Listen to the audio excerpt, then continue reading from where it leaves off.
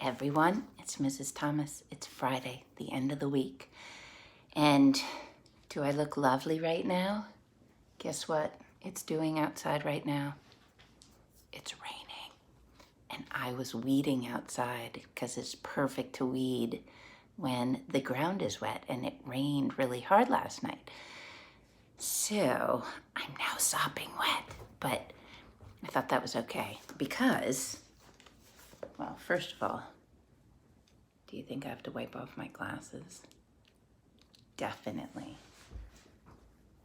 So I'm gonna wipe off my glasses, and then I am going to put on my glasses. I can see. And I'm gonna read. Here, Max. Here, do you wanna hand me Max? Ian's right here. And we wanted to show you how big Max is getting. Isn't he humongous now? Am I joking?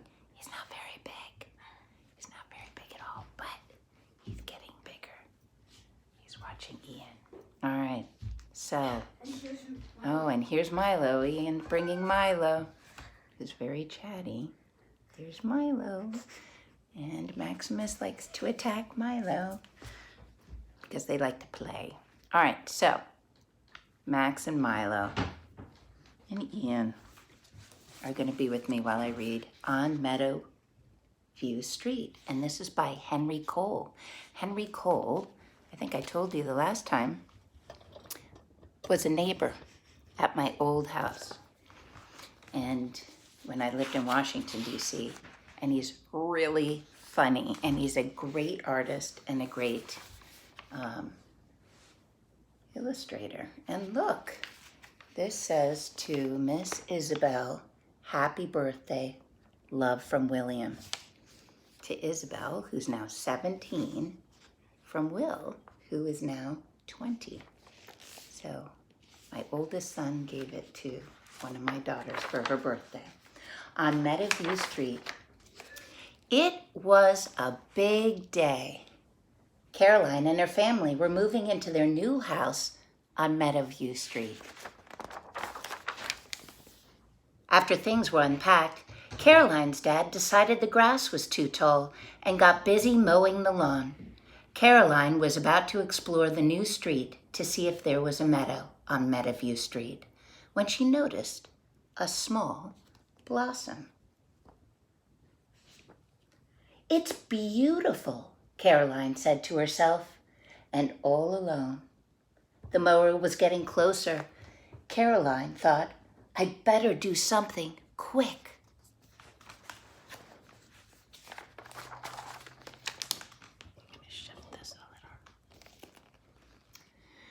The mower came to a halt. Daddy, Caroline pleaded, couldn't you mow around my flower?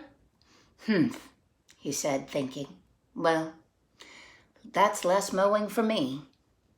Caroline raced inside the house. She poked around the boxes in the basement. Aha, she smiled. Some string and some sticks. Just what I need. Before long, Caroline had made a small wildflower preserve. Then she noticed another flower had bloomed nearby. There's her first one. There's the second one. So what's she doing? She's making a larger area now for both blossoms. Blossom is another name for a new flower. Her preserve got bigger and bigger and bigger. That butterfly seems to like my garden, Caroline thought happily. Look how big it's getting. And there's that butterfly. As the grass grew taller, more flowers popped up all over the yard. Soon there were different kinds, in different colors, everywhere. Caroline's dad had a great idea for the mower. Guess what that says? It says, for sale. Look how big it's getting. Do you think he's decided he's just not going to mow the lawn anymore? And it's going to be a big meadow, maybe? One day, Caroline sat in her preserve in the heat of the sun. "My garden needs a shady spot," she said to her parents. "A shady spot sounds nice," replied Caroline's mom. Soon a truck made a delivery. Caroline's mom took pictures. "Welcome to your new home," said Caroline to the maple tree. Look at that.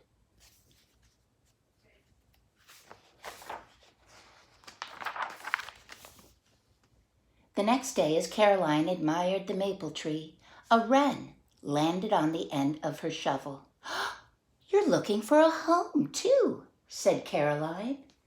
Let's see where that wren is. There it is. Do you see it? A wren is a type of bird.